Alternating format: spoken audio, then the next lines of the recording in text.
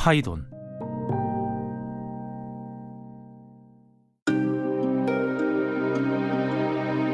일. 파이돈, 당신은 소크라테스께서 감옥에서 독약을 마시던 날에 직접 그 자리에 함께 있었던 것입니까? 아니면 다른 사람에게서 그 이야기를 전해 들은 것입니까? 직접 그 자리에 있었습니다, 에케크라테스. 그러면 선생님이 돌아가시기 전에 무슨 말씀을 하셨고 어떻게 돌아가셨습니까?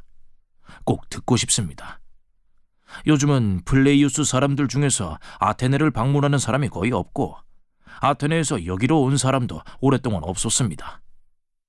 그래서 우리는 선생님이 독약을 마시고 돌아가셨다는 것 외에는 아무것도 듣지 못했고 그 일과 관련해 자세하고 구체적인 내용을 알 수 없었습니다.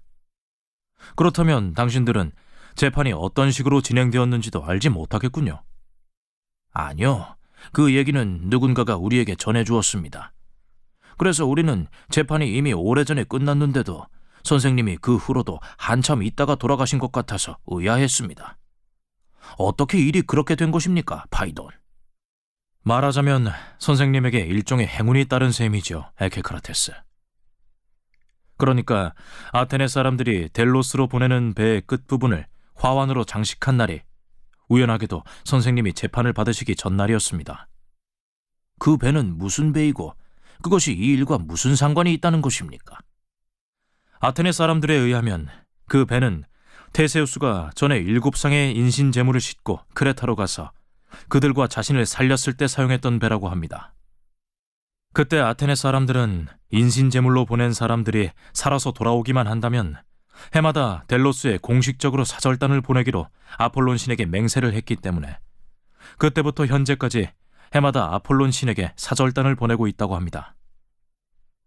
그런데 아테네 사람들에게는 사절단을 보낼 준비를 시작한 날부터 배가 델로스에 갔다가 다시 돌아오는 날까지 정결을 위해 국가는 공식적으로 사형 집행을 하면 안 된다는 법이 있습니다.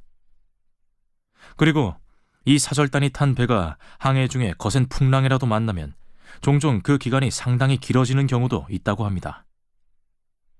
또한 이 사절단을 보내는 의식은 아폴론 사제가 배의 끝부분을 화환으로 장식하는 때부터 시작되죠.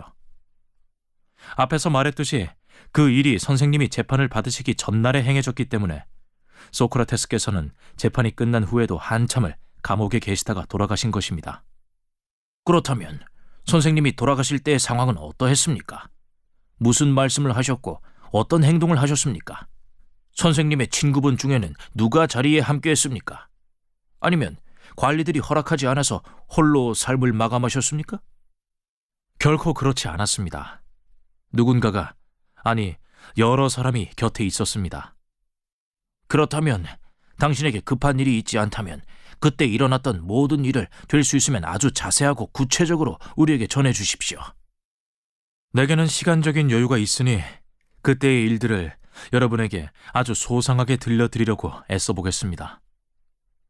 내가 말하든 다른 사람이 하는 말을 경청하든 소크라테스 선생님을 회상하는 일은 내게는 언제나 가장 즐겁고 기분 좋은 일이기 때문이죠. 파이돈, 사실 당신의 말을 듣고자 하는 사람들도 당신과 똑같은 마음입니다. 그러니 그 일과 관련된 모든 것을 가능한 한 있는 그대로 자세하게 하나도 빠짐없이 말해 주십시오. 사실 나는 그때 선생님과 함께 있으면서 이상하게도 죽어가는 친구 곁에 함께 있을 때 흔히 느끼게 되는 불쌍하고 측은하다는 감정 같은 것이 느껴지지 않았습니다. 태도나 말씀으로나 내게는 선생님이 행복해 보였기 때문이죠, 에케크라테스. 선생님은 그렇게 전혀 두려움 없이 고귀하게 삶을 마감하셨습니다.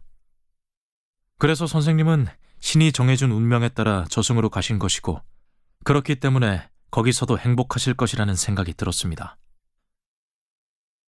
그런 이유에서 나는 당연히 무척 슬퍼해야 할 자리인 것 같은데도 그분이 불쌍하고 측은하게 여겨지지 않았습니다. 하지만 다른 한편으로는 평소에 우리가 나누던 대화와는 달리 철학적인 토론을 하면서도 기쁨을 느낄 수 없었습니다. 선생님이 이제 곧 삶을 마감하신다는 생각이 들자 뭐라고 말로 표현할 수 없는 묘한 감정이 나를 사로잡았습니다. 그것은 기쁨과 고통이 한데 섞인 아주 묘한 것이었죠. 그 자리에 함께한 우리는 모두 동일한 감정에 사로잡혀서 웃다가 울다가 했습니다. 그 중에서도 한 사람, 그러니까 아폴로도로스가 특히 그랬는데 당신도 그 사람과 그의 사람됨을 알고 있지 않습니까? 내가 왜 모르겠습니까? 그래서 그는 그런 감정에 사로잡혀 어쩔 줄 몰라 했고 나나 다른 사람도 혼란스러워했죠. 그런데 파이돈, 그 자리에는 누가 있었습니까? 선생님이 속한 구역 사람으로는 앞에서 말한 아폴로도로스, 그리고 크리스토볼로스와 그의 아버지가 있었고 그 외에도 헤르모게네스, 에피게네스, 아이스키네스, 안티스테네스가 있었죠. 파이아니아 구역의 크테시포스, 메넥스노스와 그의 구역 사람들 몇 명도 함께 있었습니다. 그리고 플라톤은 내 생각에는 아파서 못 왔던 것 같습니다. 다른 나라에서 온 외지인도 그 자리에 있었나요? 네, 테바이 사람 심미아스, 케베스, 파이돈데스가 있었고 메가라에서 온 에우클리데스와 테르프시온도 있었습니다. 무엇이라고요? 그렇다면 아리스티포스와 클레온브로토스는 거기 없었다는 말입니까? 없었습니다. 그들은 아이기나에 있었다고 합니다.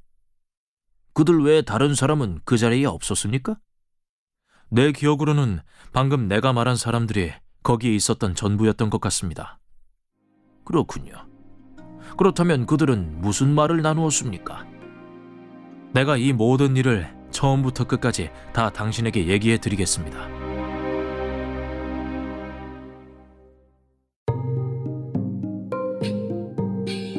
파이돈.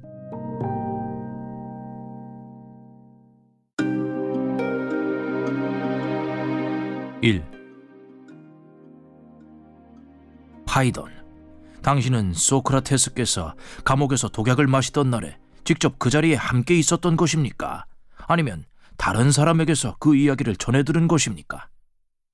직접 그 자리에 있었습니다, 에케크라테스. 그러면 선생님이 돌아가시기 전에 무슨 말씀을 하셨고 어떻게 돌아가셨습니까? 꼭 듣고 싶습니다. 요즘은 플레이우스 사람들 중에서 아테네를 방문하는 사람이 거의 없고 아테네에서 여기로 온 사람도 오랫동안 없었습니다. 그래서 우리는 선생님이 독약을 마시고 돌아가셨다는 것 외에는 아무것도 듣지 못했고 그 일과 관련해 자세하고 구체적인 내용을 알 수 없었습니다. 그렇다면 당신들은 재판이 어떤 식으로 진행되었는지도 알지 못하겠군요. 아니요, 그 얘기는 누군가가 우리에게 전해주었습니다. 그래서 우리는 재판이 이미 오래전에 끝났는데도 선생님이 그 후로도 한참 있다가 돌아가신 것 같아서 의아했습니다. 어떻게 일이 그렇게 된 것입니까, 파이돈? 말하자면 선생님에게 일종의 행운이 따른 셈이죠, 에케크라테스. 그러니까 아테네 사람들이 델로스로 보내는 배의 끝부분을 화환으로 장식한 날이 우연하게도 선생님이 재판을 받으시기 전날이었습니다. 그 배는 무슨 배이고 그것이 이 일과 무슨 상관이 있다는 것입니까? 아테네 사람들에 의하면 그 배는 테세우스가 전에 7상의 인신 제물을 싣고 크레타로 가서 그들과 자신을 살렸을 때 사용했던 배라고 합니다. 그때 아테네 사람들은 인신 제물로 보낸 사람들이 살아서 돌아오기만 한다면 해마다 델로스에 공식적으로 사절단을 보내기로 아폴론 신에게 맹세를 했기 때문에 그때부터 현재까지 해마다 아폴론 신에게 사절단을 보내고 있다고 합니다. 그런데 아테네 사람들에게는 사절단을 보낼 준비를 시작한 날부터 배가 델로스에 갔다가 다시 돌아오는 날까지 정결을 위해 국가는 공식적으로 사형 집행을 하면 안 된다는 법이 있습니다. 그리고 이 사절단이 탄 배가 항해 중에 거센 풍랑이라도 만나면 종종 그 기간이 상당히 길어지는 경우도 있다고 합니다. 또한 이 사절단을 보내는 의식은 아폴론 사제가 배의 끝부분을 화환으로 장식하는 때부터 시작되죠. 앞에서 말했듯이 그 일이 선생님이 재판을 받으시기 전날에 행해졌기 때문에 소크라테스께서는 재판이 끝난 후에도 한참을 감옥에 계시다가 돌아가신 것입니다. 그렇다면 선생님이 돌아가실 때의 상황은 어떠했습니까? 무슨 말씀을 하셨고 어떤 행동을 하셨습니까? 선생님의 친구분 중에는 누가 자리에 함께했습니까? 아니면 관리들이 허락하지 않아서 홀로 삶을 마감하셨습니까? 결코 그렇지 않았습니다. 누군가가, 아니, 여러 사람이 곁에 있었습니다. 그렇다면 당신에게 급한 일이 있지 않다면 그때 일어났던 모든 일을 될 수 있으면 아주 자세하고 구체적으로 우리에게 전해 주십시오. 내게는 시간적인 여유가 있으니 그때의 일들을 여러분에게 아주 소상하게 들려드리려고 애써보겠습니다. 내가 말하든 다른 사람이 하는 말을 경청하든 소크라테스 선생님을 회상하는 일은 내게는 언제나 가장 즐겁고 기분 좋은 일이기 때문이죠. 파이돈, 사실 당신의 말을 듣고자 하는 사람들도 당신과 똑같은 마음입니다. 그러니 그 일과 관련된 모든 것을 가능한 한 있는 그대로 자세하게 하나도 빠짐없이 말해 주십시오. 사실 나는 그때 선생님과 함께 있으면서 이상하게도 죽어가는 친구 곁에 함께 있을 때 흔히 느끼게 되는 불쌍하고 측은하다는 감정 같은 것이 느껴지지 않았습니다. 태도나 말씀으로나 내게는 선생님이 행복해 보였기 때문이지요, 에케크라테스. 선생님은 그렇게 전혀 두려움 없이 고귀하게 삶을 마감하셨습니다. 그래서 선생님은 신이 정해준 운명에 따라 저승으로 가신 것이고, 그렇기 때문에 거기서도 행복하실 것이라는 생각이 들었습니다. 그런 이유에서 나는 당연히 무척 슬퍼해야 할 자리인 것 같은데도 그분이 불쌍하고 측은하게 여겨지지 않았습니다. 하지만 다른 한편으로는 평소에 우리가 나누던 대화와는 달리 철학적인 토론을 하면서도 기쁨을 느낄 수 없었습니다. 선생님이 이제 곧 삶을 마감하신다는 생각이 들자 뭐라고 말로 표현할 수 없는 묘한 감정이 나를 사로잡았습니다. 그것은 기쁨과 고통이 한데 섞인 아주 묘한 것이었죠.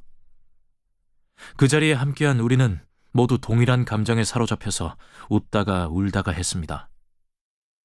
그 중에서도 한 사람, 그러니까 아폴로도로스가 특히 그랬는데 당신도 그 사람과 그의 사람됨을 알고 있지 않습니까? 내가 왜 모르겠습니까? 그래서 그는 그런 감정에 사로잡혀 어쩔 줄 몰라 했고 나나 다른 사람도 혼란스러워했죠. 그런데 파이돈, 그 자리에는 누가 있었습니까? 선생님이 속한 구역 사람으로는 앞에서 말한 아폴로도로스, 그리고 크리스토볼로스와 그의 아버지가 있었고, 그 외에도 헤르모게네스, 에피게네스, 아이스키네스, 안티스테네스가 있었죠. 파이아니아 구역의 크테시포스, 메넥스노스와 그의 구역 사람들 몇 명도 함께 있었습니다. 그리고 플라톤은 내 생각에는 아파서 못 왔던 것 같습니다. 다른 나라에서 온 외지인도 그 자리에 있었나요? 네, 테바이 사람 심미아스, 케베스, 파이돈데스가 있었고 메가라에서 온 에우클리데스와 테르프시온도 있었습니다. 무엇이라고요? 그렇다면 아리스티포스와 클레온브로토스는 거기 없었다는 말입니까? 없었습니다. 그들은 아이기나에 있었다고 합니다. 그들 외에 다른 사람은 그 자리에 없었습니까? 내 기억으로는 방금 내가 말한 사람들이 거기에 있었던 전부였던 것 같습니다. 그렇군요. 그렇다면 그들은 무슨 말을 나누었습니까? 내가 이 모든 일을 처음부터 끝까지 다 당신에게 얘기해 드리겠습니다.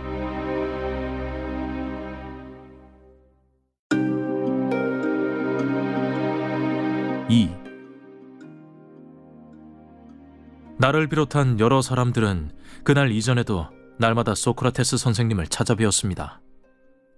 마침 재판이 열렸던 그 법정이 감옥에서 가까웠기 때문에 거기에서 매일 꼭두 새벽에 함께 만났죠. 그리고 아주 이른 새벽에는 감옥이 개방되지 않았으니까 감옥 문이 열릴 때까지 함께 대화를 나누며 거기에서 기다렸습니다. 그러다가 감옥 문이 열리면 즉시 안으로 들어가 소크라테스 선생님을 만나서 하루의 대부분을 선생님과 함께 보내곤 했습니다. 그날 우리는 평소보다 더 일찍 모였습니다. 전날 저녁 감옥에서 나올 때 델로스에서 돌아오기로 되어 있던 배가 마침내 도착했다는 말을 들었기 때문이죠. 그래서 우리는 내일은 매번 만나는 장소로 가급적 일찍 오라고 서로에게 당부했습니다. 그렇게 우리가 만나서 감옥으로 가자 평소에 우리를 들여보내주곤 했던 옥사쟁이가 나와서는 자신의 지시가 있을 때까지 기다리라고 했습니다. 그러면서 11명의 간수들이 지금 소크라테스 선생님의 족쇄를 풀어드리면서 오늘이 삶을 마감하시게 될 날임을 통보하는 중이어서 그런 것입니다. 라고 말해 주었습니다. 조금 지나자 옥문지기가 다시 돌아와서는 우리에게 들어가라고 하더군요. 우리가 들어갔을 때 소크라테스께서는 방금 족쇄에서 풀려난 그런 모습으로 계셨고, 당신도 알고 있는 크산티페가 어린 아들을 안은 채로 선생님 옆에 앉아 있었습니다. 크산티페는 우리를 보자마자 큰 소리로 울면서 여인네들이 흔히 하는 그런 말들을 넋두리처럼 늘어놓았습니다. 그러고는 소크라테스, 친구들이 당신에게 말하고 당신이 친구들에게 말하는 것도 이번이 마지막이네요. 라고 했죠. 소크라테스께서는 크리톤을 쳐다보며 크리톤, 누가 이 사람을 집까지 데려다 주게 라고 말씀하셨습니다. 그러자 크리톤의 하인 몇 사람이 가슴을 치며 울부짖고 있던 그녀를 밖으로 데리고 나갔습니다. 그러는 동안 소크라테스께서는 침상에 앉아 몸을 고추 세우고 다리를 몸쪽으로 끌어당겨 손으로 문지르고 계시다가 이윽고 말씀하셨습니다. 이보시게들, 사람들이 쾌감이라고 부르는 것은 정말 묘하다는 생각이 든다네. 쾌감은 그 반대인 것으로 보이는 고통과 아주 기묘하게 연관되어 있지. 이 둘이 어떤 사람에게 동시에 존재하는 경우는 거의 없네. 하지만 사람이 둘 중 어느 하나를 쫓아가서 붙잡으면 다른 한쪽도 거의 언제나 붙잡게 된다네. 마치 이 둘은 하나의 머리를 가진 두 개의 몸처럼 말이야. 그러고는 말씀하셨죠. 그래서 나는 만일 아이소포스가 이것을 깊이 관찰하고 생각했더라면 그 사실을 토대로 해서 신이 늘 싸우기만 하는 이 둘을 화해시키려 했지만 뜻대로 되지 않자 이 둘의 머리를 한데 합쳐서 하나로 만들어버렸다는 내용의 우화를 지어내지 않았을까 생각하게 된다네. 그렇기 때문에 이 둘 중 어느 쪽이 누군가를 찾아가면 곧바로 다른 쪽도 그 사람을 찾아가게 되는 것이라고 말일세. 나는 족쇄 때문에 다리에 고통을 느꼈었네. 그런데 족쇄에서 풀려난 지금은 이렇게 고통에 뒤이은 쾌감을 느끼는 것을 보니 그런 일이 내게도 해당되는 것 같네. 그러자 케베스가 불쑥 끼어들어서 말했습니다. 제우스를 걸고 맹세하건대 소크라테스 선생님, 그렇게 말씀하시니 생각나는 게 있습니다.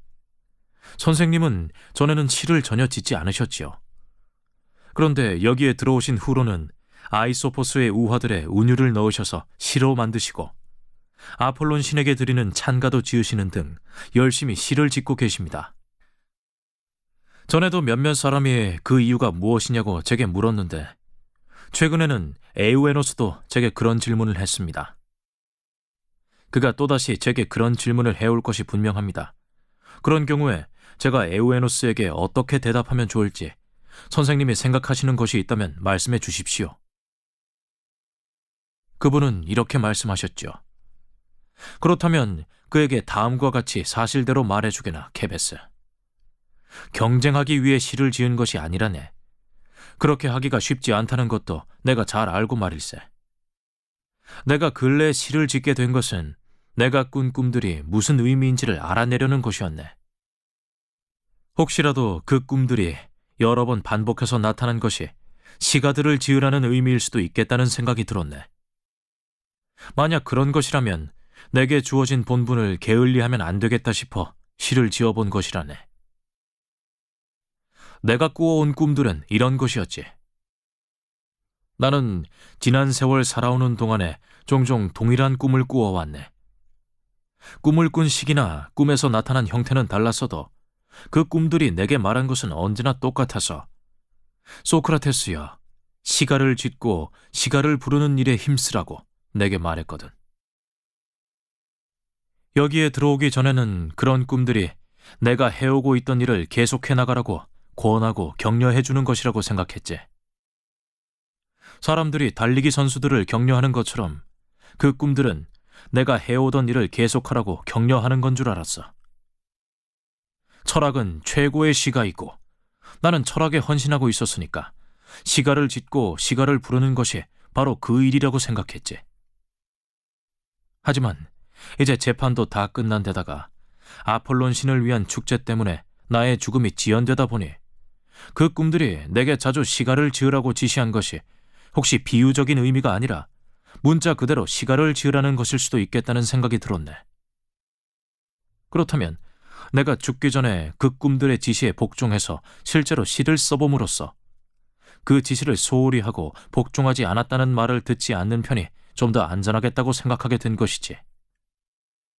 그래서 먼저 지금 진행되는 축제의 주신인 아폴론에게 바치는 찬가를 지었지. 그리고 무릇 진정한 시인이 되려면 신에게 바치는 찬가를 지은 후에는 철학적으로 논증하는 글이 아니라 어떤 이야기를 만들어야 한다고 생각했어. 그런데 나는 전문적으로 이야기를 지어내는 사람이 아니기 때문에 우선은 내가 잘 알고 있고 지금 내 수중에 있는 아이소포스의 우화에 운율을 붙여 시로 만들어야겠다고 생각한 것이지. 그러니 에우에노스에게 그렇게 말해주게, 케베스. 그리고 그에게 안부를 전해주면서 가능한 한 빨리 내 뒤를 따라오는 것이 현명한 일이라는 말도 전해주게. 아마도 나는 오늘 떠날 것 같네. 아테네 사람들이 그렇게 하라고 명령하고 있으니 말일세. 그러자 심미아스가 말했죠. 소크라테스 선생님, 에우에노스에게 그렇게 권하시는 이유가 무엇인지요? 저도 그 사람을 자주 만나보아서 잘 아는데 제가 알기로 그는 선생님의 권면을 받아들일 사람이 아닙니다. 그분이 말씀하셨죠. 그게 무슨 말인가? 에우에노스는 철학자가 아니란 말인가? 심미아스는 저는 그가 철학자라고 생각합니다. 라고 대답했습니다.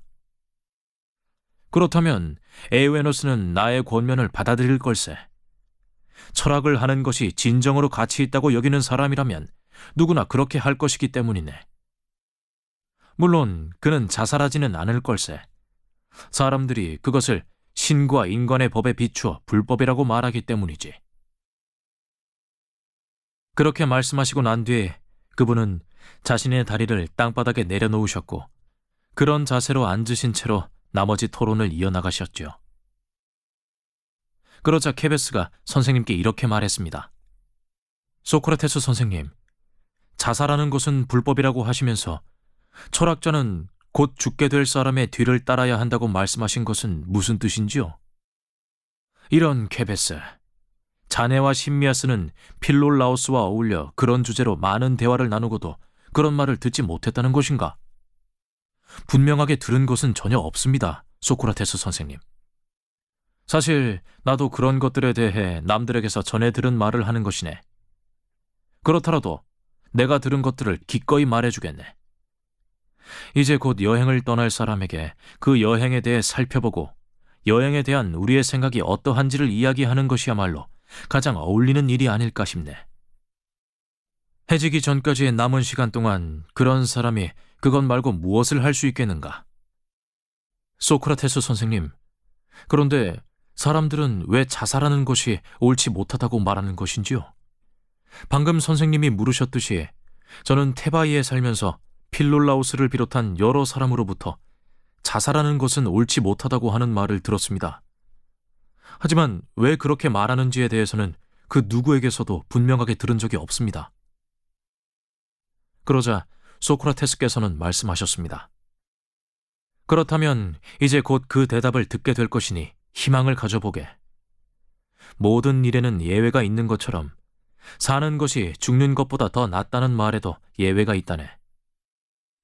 어떤 사람에게는 사는 것보다 죽는 것이 더 나아 보이는데도 절대로 그렇지 않다고 말한다면 그런 말을 자네가 이상하게 생각하는 것도 당연하겠지.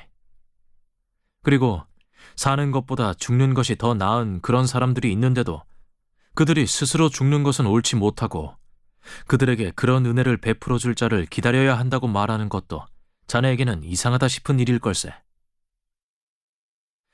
케베스는 살짝 웃으며 사투리를 사용해서 제우스 씨는 아실 겁니다 라고 말했죠.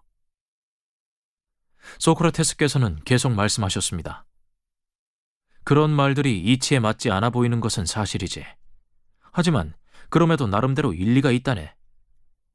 밀교의 가르침 중에서 이 주제와 관련된 것이 있네. 거기에서 사람들은 일종의 감옥에 갇혀 있는 것이고 거기서 스스로 벗어나거나 도망쳐서는 안 된다고 가르침을 받지. 뭐랄까, 그런 가르침은 내게는 좀 거창해 보이고 완전히 이해하기도 어려워 보이는 것이 사실이네. 하지만 케베스, 신들은 우리를 돌보아주는 수호자들이고 우리 인간은 신들의 소유물 중 하나라는 말을 나는 옳다고 생각하네. 자네는 그렇지 않나? 저도 그렇게 생각합니다. 라고 케베스가 대답했죠. 그분이 말씀하셨습니다. 그렇다면 자네가 소유하고 있는 노예 중 하나가 자네 허락도 없이, 그러니까 자네가 죽으라고 하거나 그런 암시를 준 적도 없는데 자살하려 했다고 해보세. 그러면 자네는 그 노예에게 화가 나서 가능하기만 하다면 그를 벌하려고 하지 않겠나? 틀림없이 그럴 겁니다. 라고 그가 대답했죠. 그런 식으로 생각한다면 신이 지금 우리에게 그러시는 것 같이 어떤 사람을 반드시 죽어야 할 상황에 두신 것도 아닌데 그 사람이 스스로 죽는 것은 불법이라고 말하는 것을 이치에 맞지 않다고 할 수는 없어 보이네. 그러자 케베스는 이렇게 말했죠. 그래 보입니다. 하지만 우리가 방금 말한 것, 그러니까 신은 우리를 돌보아주는 수호자이고 우리는 그의 소유물이라고 한 것이 이치에 맞는 말이라면 철학자들은 기꺼이 죽고자 해야 한다는 선생님의 말씀은 앞뒤가 맞지 않는 것 같습니다. 가장 지혜로운 자들이라고 하는 사람들이 가장 훌륭한 감독자인 신들의 보살핌에서 벗어나서 스스로 자신을 보살필 때 더 잘 해낼 수 있다고 생각할 리가 만무합니다. 그런데도 신들의 보살핌에서 마음대로 벗어나고자 하면서도 아무런 거리낌을 느끼지 않는다는 것은 이치에 맞지 않죠. 물론 어리석은 자라면 주인에게서 어떻게든 도망치려고 궁리합니다. 그래서 좋은 주인에게서는 도망치지 말아야 하고 도리어 가능한 한 오랫동안 주인 곁에 머물러 있어야 한다는 생각은 못합니다. 따라서 그런 자가 분별 없이 도망친다고 해도 그것은 하나도 이상할 것이 없습니다. 하지만 분별 있는 사람이라면 자기보다 더 나은 사람과 언제까지나 함께하고 싶어 할 것이 분명합니다. 그렇다면 소크라테스 선생님이 방금 말씀하신 것과는 정반대로 지혜로운 자들은 죽는 것을 꺼리고 어리석은 자들은 기뻐할 것 같아 보입니다. 소크라테스께서는 그 말을 들으시고는 케베스가 건성으로 넘기지 않고 그렇게 캐묻는 것에 흡족해 하신 듯 우리를 쳐다보시며 케베스는 어떤 주제가 되었든 언제나 이렇게 이치에 맞는지를 하나하나 다 따져보기 때문에 누가 무슨 말을 해도 즉시 받아들이려고 하는 법이 없지 라고 하셨죠. 그러자 심미아스가 말했습니다. 소크라테스 선생님, 제가 생각해도 케베스가 한 말이 맞는 것 같습니다. 진정으로 지혜로운 사람이라면 자기보다 더 나은 주인을 기꺼이 버리고 도망치려고 할 만한 이유가 대체 무엇이겠습니까? 그리고 제가 보기에 케베스는 지금 선생님을 염두에 두고 그런 논리를 편 것 같습니다. 선생님은 신들이 훌륭한 통치자라는 것을 스스로 인정하셨으면서도 그런 신들과 우리를 기꺼이 떠나려고 하시기 때문입니다. 그분은 말씀하셨지요. 자네들의 지적이 맞네. 내 생각에 자네들은 내가 그렇게 하려는 이유를 법정에서 변론하듯이 분명하게 밝히길 바라는 것 같네. 우리는 바로 그것을 바랍니다. 라고 심미아스가 말했습니다. 그러자 그분은 자, 그렇다면 나는 배심원들 앞에서보다 더 공들여서 나 자신을 변론하고 자네들을 설득해보도록 하겠네. 라고 하시고는 계속 이렇게 말씀하셨습니다. 심미아스와 케베스, 만약 내가 죽어서 가는 곳이 1차적으로는 지혜롭고 선한 신들이 있는 곳, 다음으로는 이승에서 살아가는 사람들보다 더 훌륭한 사람들이 있는 곳이라고 생각하지 않았다고 하세. 그러면 죽음을 꺼리지 않는 나의 태도는 분명 잘못된 것일 수밖에 없을 테지. 하지만 명심하게나, 나는 죽어서 선한 사람들이 있는 곳으로 갈 것을 기대하고 있네. 물론 나의 그런 기대가 절대로 틀림없다고 단언할 수는 없네. 그러나 내가 가는 곳이 지극히 선한 우리 주인인 신들이 있는 곳임은 단언할 수 있을 것이네. 그런 이유에서 나는 죽음을 꺼리는 것이 아니라 도리어 오래전부터 사람들 사이에서 전해 내려온 말처럼 이승을 하직한 사람들에게는 악인보다는 선한 자들이 살기가 훨씬 더 나은 곳이 기다리고 있다고 선한 기대를 하는 것이라네. 그러자 신미아스가 말했죠. 그렇다면 소크라테스 선생님은 그런 기대와 확신을 혼자서만 간직한 채로 떠나시려고 하는 것입니까? 아니면 우리에게도 좀 나누어 주실 생각이십니까? 내 생각에는 그런 좋은 것은 모두가 공유해야 한다고 봅니다. 또한 선생님이 그것을 우리에게 다 말씀해 주시고 우리가 그것을 수긍한다면 그 말씀은 그대로 선생님이 옳음을 입증해주는 변론이 될 것입니다. 그분은 말씀하셨습니다. 그렇게 해보도록 하겠네. 그런데 그러기 전에 여기 크리톤을 좀 보게. 그가 아까부터 무엇인가 말하고 싶어 하는 것 같으니 먼저 그의 말부터 한번 들어보세. 크리톤이 말했습니다. 그러니까 소크라테스, 다른 것이 아니라 자네에게 독약을 주는 일을 맡은 사람이 아까부터 여러 차례 나를 불러내서는 자네는 될 수 있으면 말을 적게 해야 한다며 그 말을 자네에게 전해주라고 계속해서 나를 닥달하고 있다네. 그의 말에 따르면 사람이 말을 하면 체온이 높아지는데 전에 그렇게 말을 많이 해서 체온이 높아진 사람들이 독약을 2-3배나 마셔야 했던 경우도 있었다네. 그러니 독약을 받기 전에는 말을 많이 해서는 안 된다는 것이네. 그러자 소크라테스가 말씀하셨습니다. 그 사람은 자기 할 일이나 신경 쓰도록 내버려 두게. 내가 2배 또는 필요한 경우에 3배의 독약을 마셔야 한다면 그가 그렇게 준비하면 그만 아니겠나.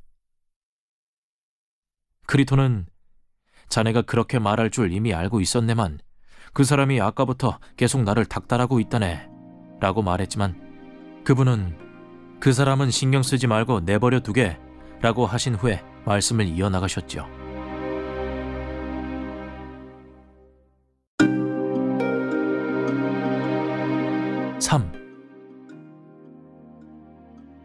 이제 배심원인 자네들 앞에서 설명해 보겠네. 진정으로 철학에 자기 일생을 바친 사람이 죽음을 앞두고 자신이 저승에서 아주 큰 복을 받게 되리라는 확신과 선한 기대를 지니게 되는 이유를 말일세. 신미아스와 케베스, 어떻게 그럴 수 있는지를 내가 자네들에게 보여주도록 애써보겠네. 철학에 제대로 헌신해서 살아가는 사람들은 누구나 다른 것에는 관심이 없고 오로지 죽는 것에만 관심을 가지고 죽기만을 바라지. 이것은 엄연한 사실이네. 그런데 평생에 걸쳐 오로지 죽는 것에만 관심을 가지고 기꺼이 죽고자 해왔던 바로 그런 사람이 오랫동안 고대해왔던 죽음을 앞두고서 죽기를 싫어하고 그 죽음을 꺼린다는 것이 말이 되겠는가? 그러자 신미아스가 웃으며 말했죠. 제우스를 걸고 맹세하건대 소크라테스 선생님, 저는 지금 웃을 기분이 전혀 아닌데도 선생님의 말씀을 들으니 웃음이 나옵니다. 철학자에 대한 선생님의 말씀을 들은 많은 사람은 아마도 선생님의 말씀이 지극히 옳다고 생각하겠죠. 특히 우리 지방 사람들은, 진정으로 철학을 하는 사람들은 죽기를 원한다는 선생님의 말씀에 동의하는 것은 물론이고 철학자는 죽을 준비가 잘 되어 있는 자임을 모르지 않는다는데 기꺼이 동의할 것입니다. 선생님은 말씀하셨습니다. 신미아스, 그들이 하는 말들은 사실이네. 하지만 그들이 죽을 준비와 관련해서 모르지 않는다는 주장은 사실이 아닐세. 그들은 진정한 철학자들이 어떤 의미에서 죽고자 하는지, 그리고 어떤 의미에서 죽을 준비가 잘 되어 있는지, 그리고 어떻게 죽고자 하고 준비가 잘 되어 있다는 것이 무엇인지를 알지 못하기 때문이지. 하지만 그들은 상관하지 말고 우리끼리 말해보세. 우리는 죽음이라는 것이 하나의 실체로 존재한다고 믿는가? 물론입니다. 라고 신미아스가 대답했죠. 그렇다면 죽음이라는 것은 영혼과 몸이 서로 분리되어 있는 것이 아니겠는가? 그리고 죽는다는 것은 몸이 영혼으로부터 분리되어 따로 있고 영혼은 몸으로부터 분리되어 따로 있는 것이 아니겠는가? 죽음이라는 것이 그것 외에 다른 것일 수 있을까? 아닙니다. 죽음은 그런 것입니다. 라고 신미아스가 대답했죠.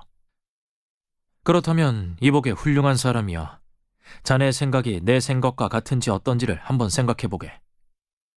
그렇게 한다면 우리가 지금 살펴보는 것에 대해 더 잘 알게 될 것 같아 그러네. 자네는 먹고 마시는 것 같이 사람들이 흔히 즐거운 일이라고 부르는 것을 추구하는 것이 철학자가 전념해야 할 일이라고 생각하는가?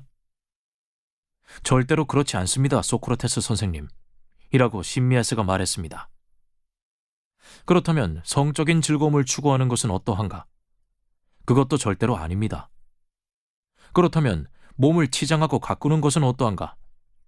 그러니까 자네 생각에는 철학자들이 자신에게 꼭 필요한 것들을 제외하고 멋진 옷이나 신발을 비롯해서 그 밖에 다른 장신구들을 소중히 여기며 갖고 싶어 할 것 같은가?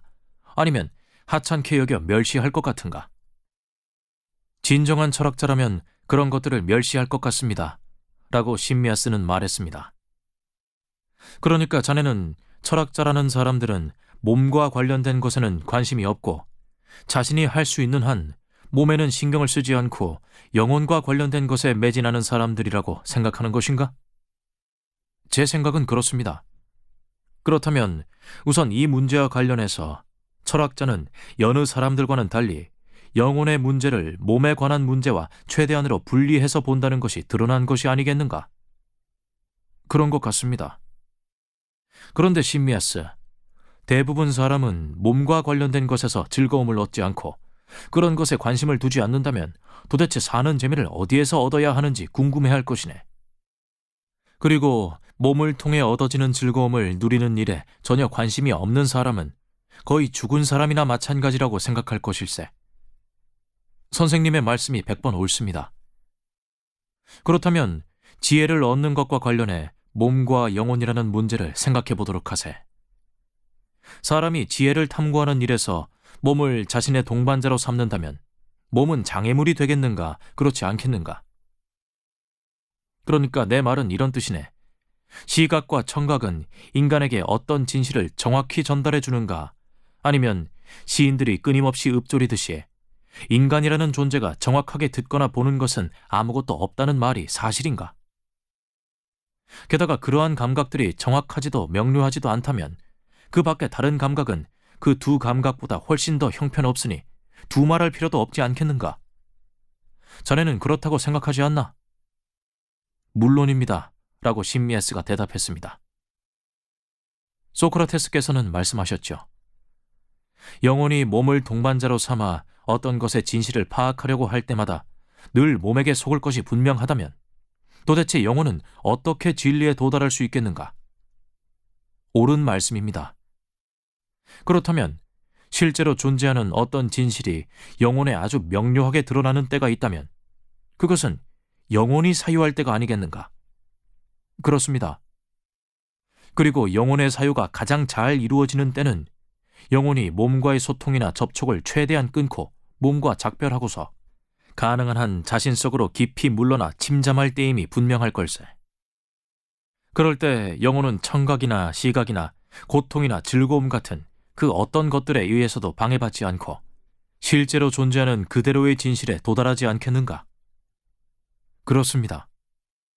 그렇기 때문에 철학자의 영혼은 몸을 멸시하고 몸으로부터 도망쳐서 자신 속으로 깊이 물러나려고 하지 않겠는가? 그럴 것 같습니다. 그렇다면 이런 것들은 어떠한가, 심미아스? 우리는 정이라는 것이 존재한다고 말하는가, 존재하지 않는다고 하는가? 제우스를 걸고 맹세하건대 우리는 정이라는 것이 존재한다고 말합니다. 그러면 우리는 아름다움과 착함도 존재한다고 말하는가? 어떻게 그런 것들이 존재하지 않는다고 말할 수 있겠습니까? 그렇다면 자네는 이것 중에서 단 하나라도 눈으로 본 적이 있는가? 결코 없었습니다. 라고 심미아스가 대답했죠. 자네는 몸의 다른 감각을 통해 어떤 것들을 인식하고 이해한 적이 있는가?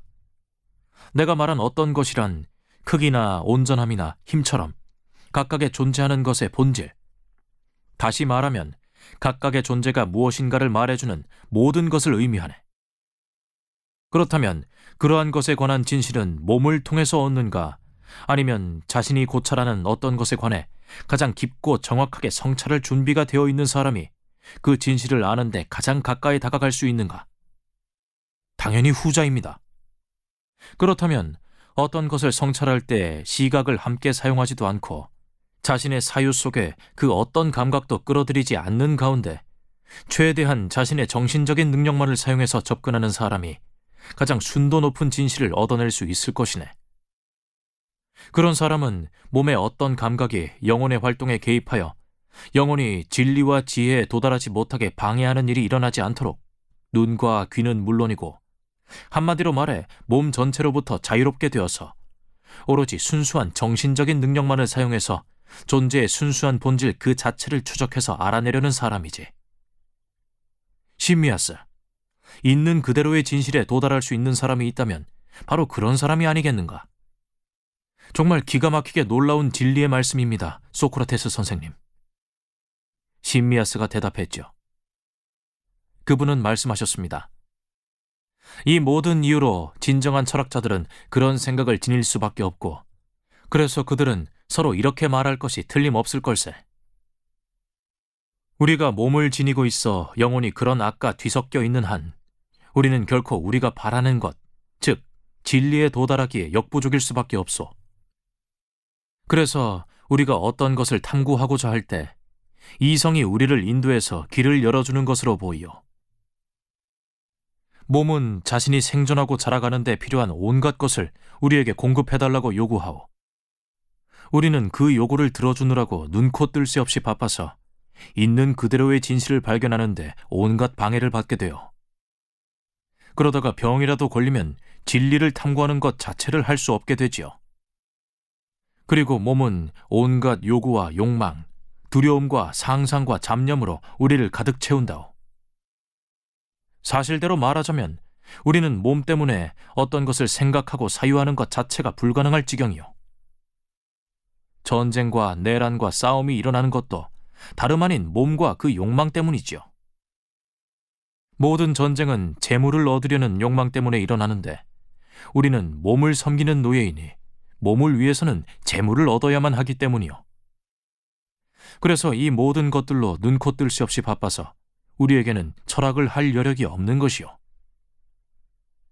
그러나 무엇보다 최악인 것은 우리가 그런 것에서 벗어나 시간적인 여유가 생겨 어떤 것을 생각하고 성찰하려고 하면 몸은 우리가 탐구하는 모든 과정에 빠짐없이 개입한다는 것이요.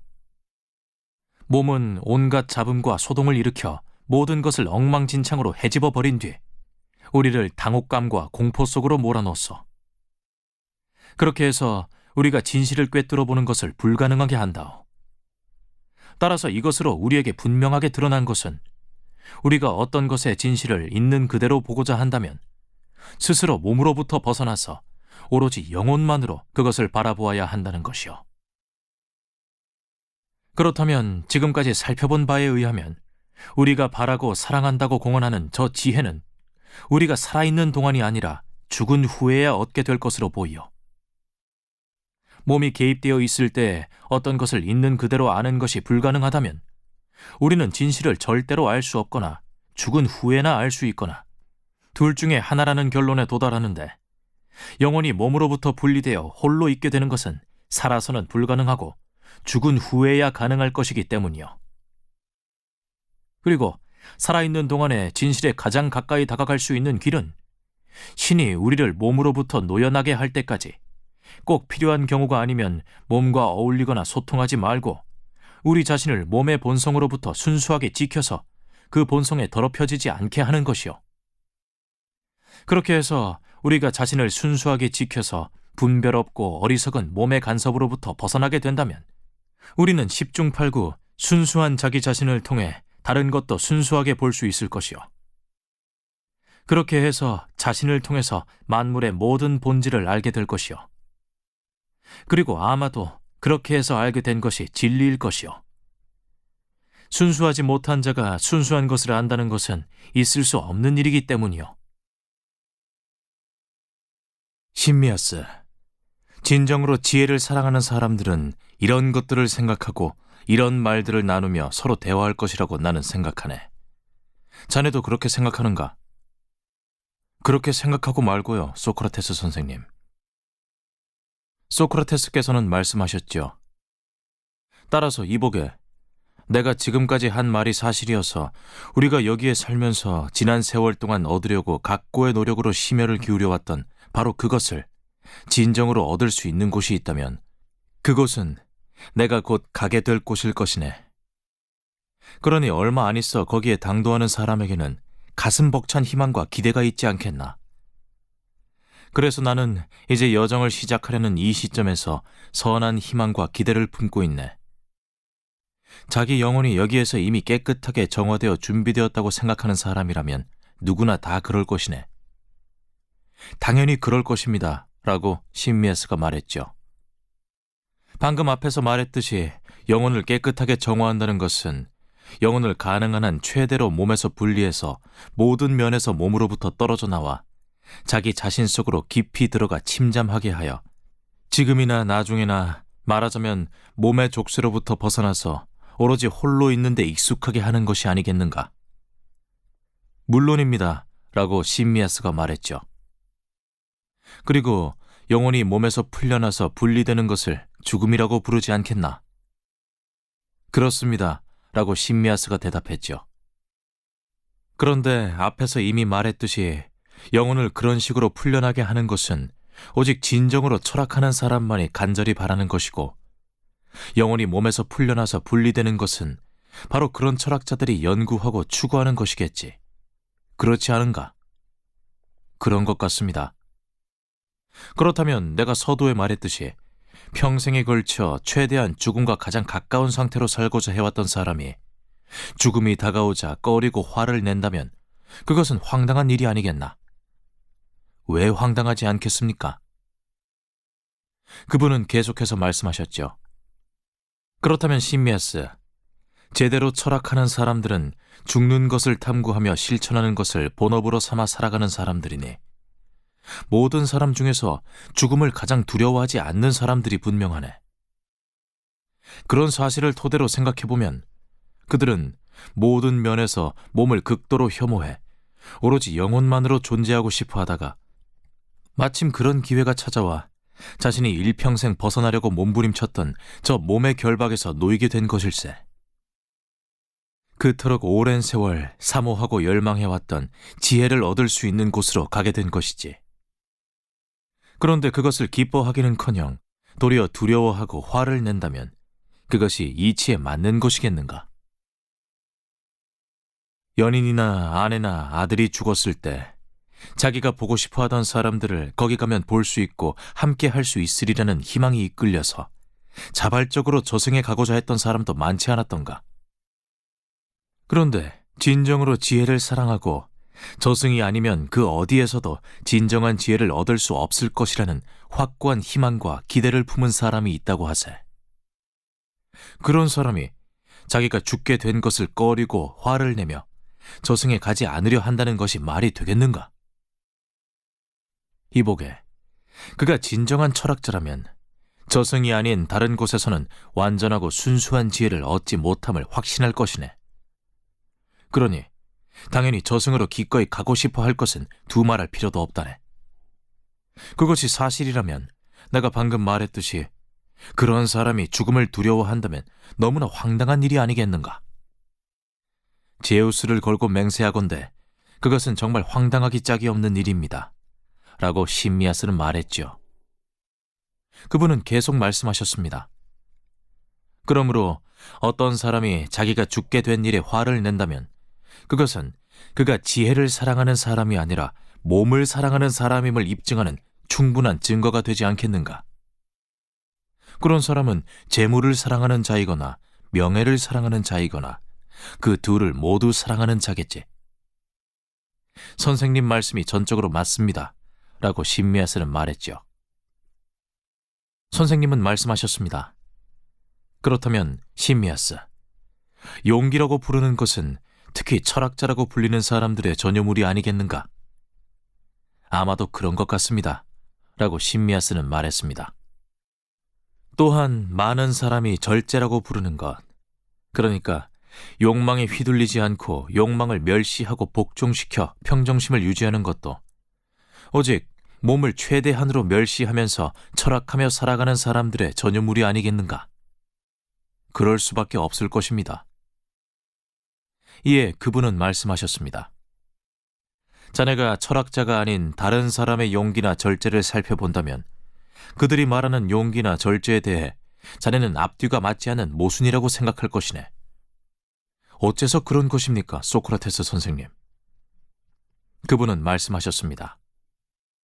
철학자들을 제외한 다른 모든 사람은 죽음이 큰 해악 중 하나라고 믿는 것을 자네도 알고 있겠지. 그렇습니다. 그렇다면 그들 중에서 용기가 있다는 사람이 죽음을 감수한다면 그것은 더 큰 해를 당할 것이 두려워서 그런 것 아니겠는가? 그렇습니다.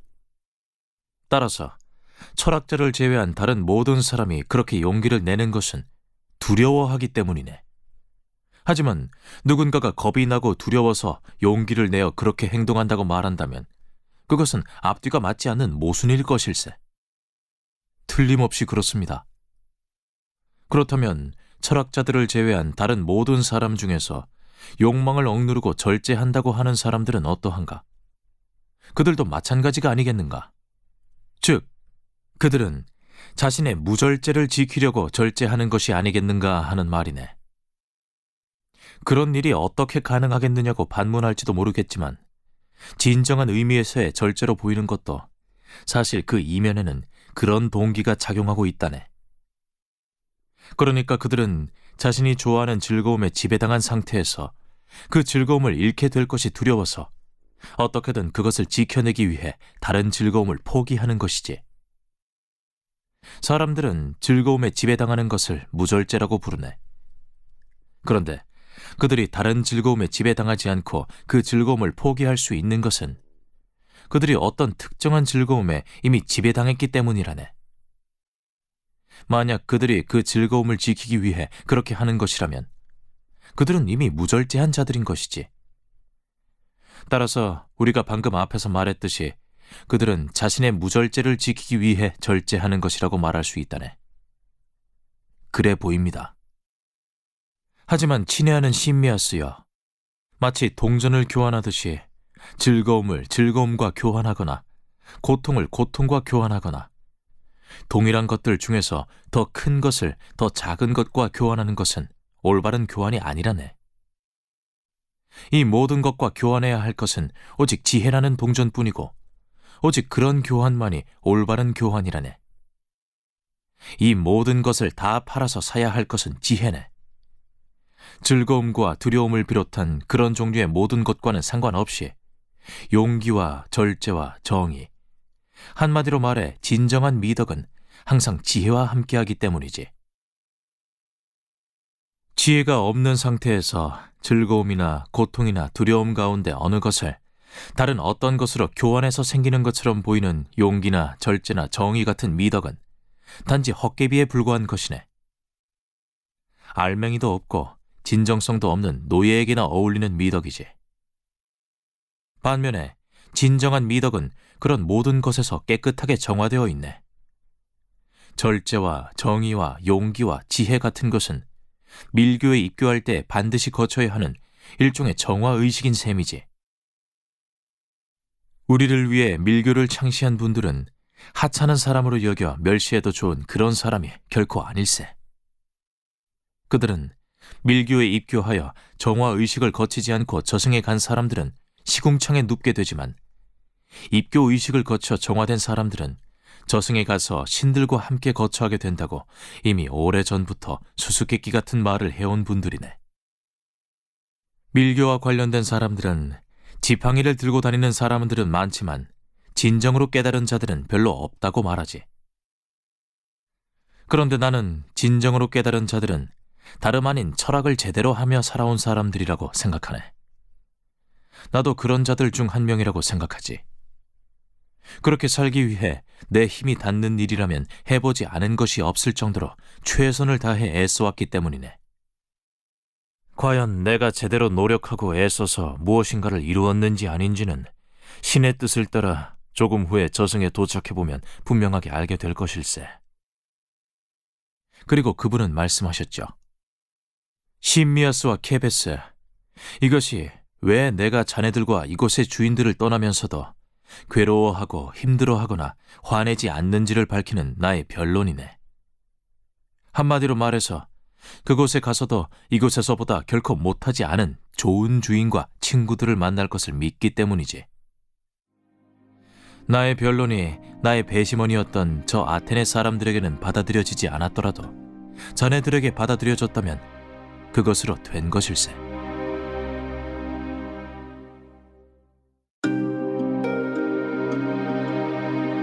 사.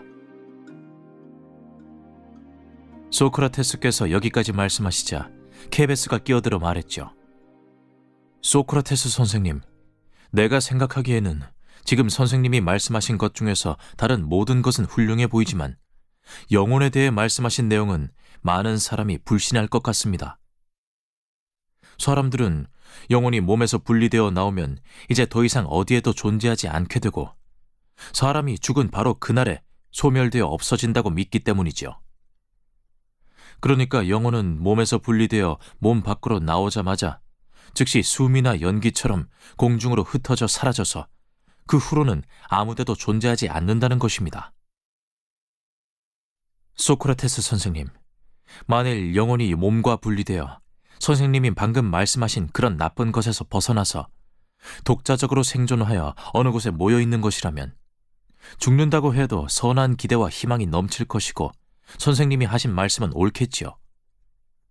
하지만 사람들을 설득해서 사람이 죽어도 영혼은 계속 존재할 뿐만 아니라 어떤 일을 할 수 있는 능력도 있고 생각할 수도 있음을 믿게 하는 것은 그리 쉬운 일이 아닙니다. 소크라테스께서 말씀하셨죠. 자네 말이 맞네, 케베스. 그렇다면 우리가 어떻게 하면 좋겠나? 자네들은 이것이 과연 그러할 것 같은지, 그럴 가능성이 별로 없어 보이는지를 알아보기 위해 이 문제를 놓고 계속 대화하기를 원하는가? 케베스가 말했죠. 물론입니다. 이 문제에 대해 선생님은 어떤 생각을 갖고 계신지 꼭 듣고 싶습니다. 그러자 소크라테스가 말씀하셨죠. 지금 내가 하는 말을 누가 듣는다면 설령 그가 희극작가라고 할지라도 내가 자신과는 상관없는 일로 이러쿵저러쿵 하며 한가하게 쓸데없는 잡담을 한다고 말하지는 않을 것이라고 생각하네. 그러니 자네가 원한다면 우리가 이 문제를 좀 더 자세하게 살펴볼 필요도 있겠네. 그러면 죽은 사람의 영혼이 과연 저승에 존재하는가 존재하지 않는가부터 살펴보세. 옛날부터 우리에게 전해 내려오는 말에 따르면 죽은 사람의 영혼은 이승을 떠나 저승에 있다가 이승으로 돌아와 다시 태어난다고 하네. 그런데 죽은 자의 영혼이 다시 태어나서 산 자의 영혼이 되는 것이 사실이라면 우리 영혼이 죽은 후에도 존재한다는 것이 아니면 무엇이겠는가? 영혼이 존재하지 않는다면 다시 태어나는 것도 불가능할 것이기 때문이네. 그리고 새롭게 태어나는 사람이 다름 아닌 죽은 자에게서 다시 태어나는 것이 분명한 사실로 드러난다면 그것은 사람이 죽은 후에도 영혼은 계속 존재한다는 것을 보여주는 충분한 증거가 될 것일세. 하지만 그것이 입증되지 않는다면 다른 논증이 필요할 것이네. 그렇습니다. 라고 케베스가 말했죠. 그분이 말씀하셨습니다.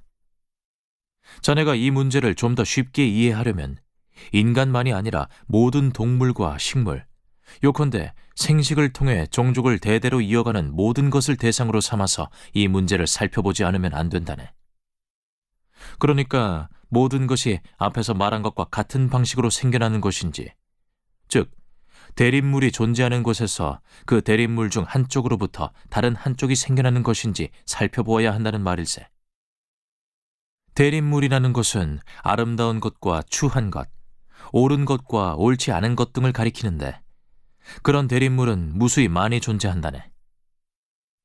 따라서 우리는 대립물이 존재하는 것이 필연적으로 그 대립물로부터 생겨나는지를 살펴보아야 하네.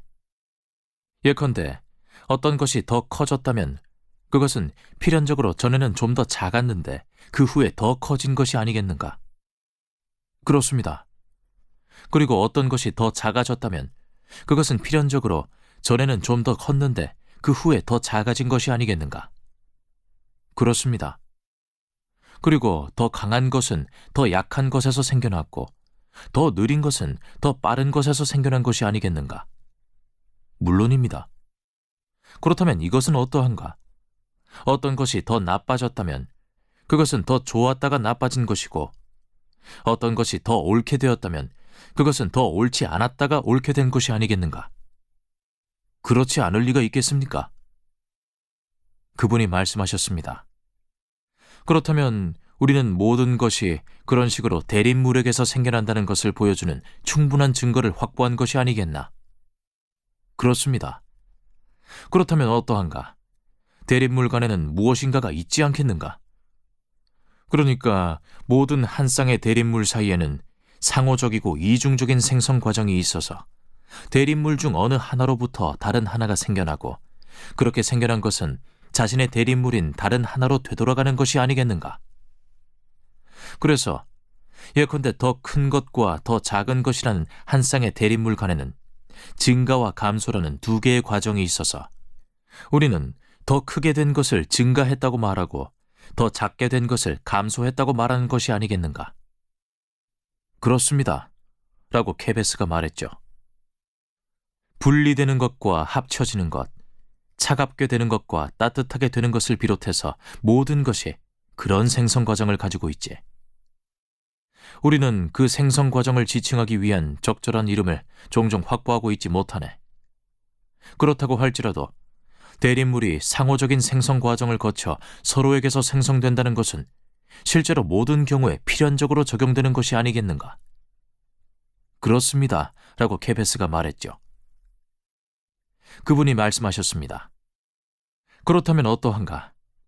깨어있는 것에 대한 대립물이 자고 있는 것이듯이 살아있는 것의 대립물도 존재하는가? 물론입니다. 라고 케베스가 말했죠. 무엇인가? 죽어있는 것입니다. 라고 케베스가 말했죠. 이 둘이 대립물일진데 이 둘은 서로에게서 생겨나고 이 둘 사이에는 서로를 생겨나게 하는 이중적인 생성 과정이 존재하지 않을 수 있겠는가? 어떻게 그렇지 않을 수 있겠습니까? 소크라테스께서 말씀하셨습니다.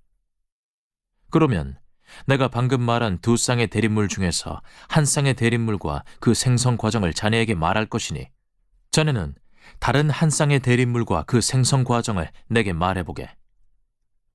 내가 말하고자 하는 한 쌍의 대립물은 자고 있는 것과 깨어 있는 것이네.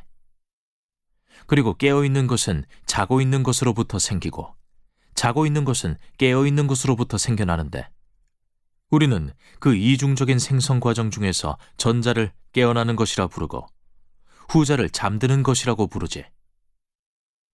내가 이렇게 말한 것으로 자네에게 충분한 설명이 된 것인가, 아니면 충분하지 않은가? 충분하고 말고요. 이제 자네가 삶과 죽음에 관해서 내게 그런 식으로 말해보게. 자네는 살아있는 것과 죽어있는 것은 대립물이라고 말하겠지. 그렇지 않은가? 그렇습니다. 그리고 그 둘은 서로에게서 생겨난다고 말하겠지. 그렇습니다. 그러면 살아있는 것으로부터 생겨나는 것은 무엇인가? 죽어있는 것입니다. 라고 케베스가 말했죠. 그러면 죽어있는 것에서 생겨나는 것은 무엇인가? 살아있는 것이 죽어있는 것에서 생겨난다는데 동의하지 않을 수 없습니다. 그렇다면 케베스, 살아있는 것들이나 살아있는 사람들은 죽어있는 것들과 죽어있는 사람들로부터 생겨나는 것이 되겠군. 그래 보입니다. 그렇다면 우리의 영혼은 저승에 있다는 말이로군. 그런 것 같습니다. 그러니까 삶과 죽음이라는 대립물과 관련된 이중적인 생성 과정 중에서 하나는 아주 분명하지 않은가? 둘 중에 한 과정은 살아있는 것으로부터 죽어있는 것이 생겨나는 일로 죽는다는 이름으로 불리는 과정인데, 이것은 분명히 존재하는 과정이네. 그렇지 않은가? 물론입니다. 그렇다면 우리는 어떻게 해야 하겠는가? 죽는 것과 짝을 이루는 그 반대의 생성 과정은 존재하지 않는다고 말함으로써 그 점에서 자연을 불구로 만들어야 하겠는가? 아니면 죽는 것과 반대되는 생성 과정을 찾아내어 짝을 맞춰야 하겠는가? 짝을 맞추는 것이 마땅합니다. 그러면 그 짝은 무엇이겠는가? 살아나는 것입니다. 살아나는 것이 존재한다면 그것은 죽어있는 것으로부터 살아있는 것이 생성되는 과정이겠지. 물론입니다. 그렇다면 우리는 살아있는 자들로부터 죽어있는 자들이 생겨나는 것과 마찬가지로 죽어있는 자들로부터 살아있는 자들이 생겨난다는 것에도 동의한 것이네. 그렇다면 그것은 죽은 자들의 영혼이 필연적으로 어딘가에 존재해 있다가 거기로부터 여기로 와서 다시 태어나는 것임을 보여주는 충분한 증거가 된다고 생각되네. 소크라테스 선생님, 우리가 동의한 것으로부터 그런 결론이 도출되는 것은 필연적이라는 생각이 듭니다. 라고 케베스가 말했습니다. 그러자 그분이 이렇게 말씀하셨습니다. 케베스, 이제 우리가 이것을 다음과 같이 생각해보면 방금 자네와 내가 동의했던 것이 옳았음을 알게 될 것이네. 즉, 모든 대립물이 자신의 대립물을 생성하고 그렇게 생성된 대립물이 다시 자신의 대립물을 생성하는 방식으로 쌍방향으로 진행되어서 그러한 이중적인 생성 과정이 하나의 원처럼 끊임없이 순환하는 것이 아니라 대립물 중 오직 특정한 하나가 다른 특정한 하나를 생성하는 방식으로 한 방향으로만 진행되고 반대 방향으로는 진행되지 않는다고 가정해보세. 그런 경우에는 결국에는 대립물이라는 것은 전혀 존재하지 않게 되고 모든 것이 하나의 똑같은 형태와 하나의 똑같은 상태가 되어서 생성 자체가 멈추게 될 것임을 자넨 아는가? 그것이 무슨 말씀이신지요? 라고 케베스가 말했죠. 그분은 말씀하셨소. 내가 방금 한 말이 무슨 뜻인지 아는 것은 그리 어렵지 않네. 예를 들어 만일 잠드는 과정은 있지만 그것과 대립되는 깨어나는 과정이 잠자는 상태에서 생성되지 않는다고 가정해보세. 그러면 결국에는 엔디미온에 관한 이야기를 무의미하게 만드는 상황이 오게 될 것을 아는가를 물은 것이네. 그렇게 한 방향으로만 생성 과정이 진행되는 경우에는 결국에는 다른 모든 것도 엔디미온과 똑같은 상태, 즉 영원히 자는 상태가 될 것이고 그런 상황에서는 엔디미온이 영원히 자고 있다고 말하는 것은 무의미한 말이 되기 때문이네. 그리고 만일 모든 것이 혼합되는 과정만 존재하고 분리되는 과정이 전혀 존재하지 않는다면 모든 것이 혼합되어 함께 존재한다고 말한 아낙사고라스의 말은 머지않아 현실이 되겠지. 사랑하는 케베스, 마찬가지로 살아있는 모든 것이 죽고 죽은 후에는 그 죽은 상태에 그대로 머물러 있어서 다시 살아나는 것이 없다면 결국에는 모든 것은 죽어 있고 살아있는 것은 아무것도 없는 때가 필연적으로 오지 않겠는가? 살아있는 것들이 다른 살아있는 것들로부터 생겨난다고 해도 살아있는 것들이 죽는 과정만 일방적으로 진행된다면 살아있는 모든 것이 결국 죽어있는 것이 되는 일을 어떻게 막을 수 있겠는가? 제가 보기에는 그것을 막을 방법은 하나도 없다고 생각되니 선생님의 말씀이 지극히 옳은 것 같습니다. 라고 케베스가 말했죠. 그분은 말씀하셨소. 케베스, 내가 보기에도 그것은 틀림없는 사실이네. 그러니 우리는 무엇인가에 속아서 그런 것에 동의한 것이 아니네.